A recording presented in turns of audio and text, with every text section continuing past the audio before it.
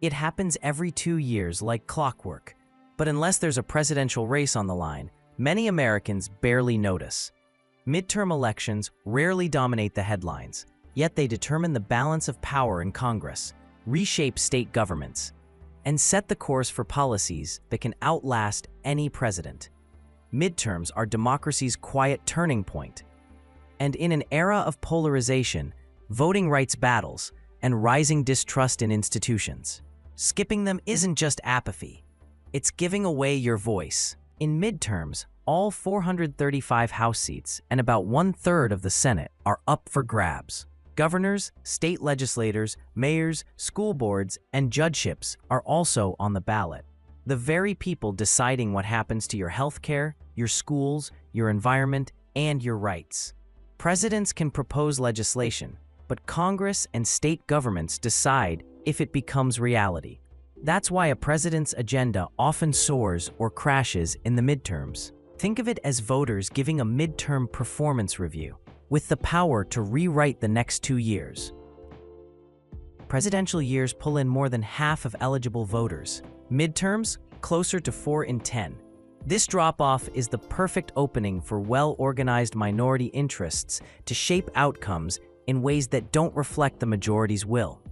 When fewer people vote, the results skew toward the demographics that do show up, often older, wealthier, and less racially diverse. That's not just a statistical quirk. It's a shift in political power. Laws get passed or blocked that may not match the priorities of the broader public. As political scientist Bernard Frege notes, when turnout gaps are persistent, they become policy gaps. That's how voting patterns today can lock in structural inequities for decades. This year, the stakes are heightened by aggressive Republican-led gerrymandering efforts in multiple states, including Texas, North Carolina, and Florida. By strategically redrawing district lines, Republicans aim to eliminate competitive Democratic House seats, locking in control even when statewide votes are close or favor Democrats. These redistricting maneuvers, often done mid-decade rather than after a census, can tilt the playing field for years. They work by packing Democratic voters into as few districts as possible, or cracking them across many districts to dilute their influence. That's why high Democratic turnout nationwide is critical. Strong results in blue and battleground states help offset the structural disadvantage created in heavily gerrymandered states.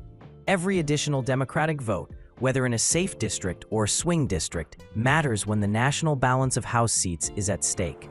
In short, gerrymandering makes the math harder, but not impossible. The surest countermeasure is overwhelming voter participation, especially in midterms when fewer people traditionally show up. Midterm margins can be razor-thin. In 2014, Virginia's 7th congressional district flipped because of just over 7,000 votes, in a district with more than 750,000 residents. State House races often come down to a few hundred, even a few dozen ballots. In local school board elections, sometimes less than 10% of registered voters participate. Those decisions influence everything from library book bans to how history is taught. Your one vote isn't symbolic. In midterms, it's a potential tiebreaker. Democracies don't fail all at once. They erode piece by piece. When citizens disengage, when oversight weakens, when policymaking drifts into fewer hands. Low turnout midterms are fertile ground for that erosion. Skipping the vote doesn't keep you neutral. It hands more weight to those who may not share your priorities or values. Voting isn't about agreeing with every candidate's stance. It's about choosing the direction of governance. Unlike presidential policy, which can feel distant, state and local decisions often affect you directly and quickly. Healthcare access. Governors and legislatures decide whether to expand Medicaid, regulate insurance, or fund clinics. Reproductive rights. Since the Dobbs decision, states have gained enormous power to restrict or protect abortion access. Climate and environment. Local leaders control zoning, infrastructure projects, and clean energy incentives. Education. School boards set curricula, funding priorities, and safety protocols. Public safety and policing. State laws determine policing standards, bail reform, and criminal justice reform. You might not follow every bill in your state house, but your elected officials do, and they act with the power you give or don't give them at the ballot box. Political strategists will tell you, voting is habit forming. Skip one election and you're more likely to skip the next. But once you make it a ritual, researching candidates, showing up early, encouraging friends, it becomes part of how you live as a citizen.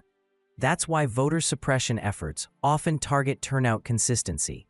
Obstacles like restrictive ID laws, reduced polling places, and voter roll purges are most effective against those who aren't already habitual voters.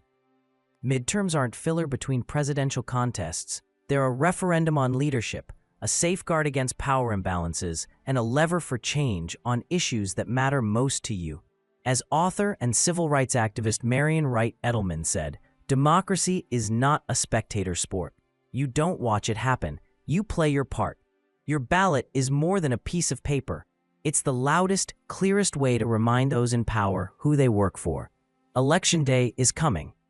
Check your registration, learn what's on your ballot, and most importantly, show up. Because in the midterms, the voters who turn out decide not just the next 2 years, but the political terrain for the decade ahead."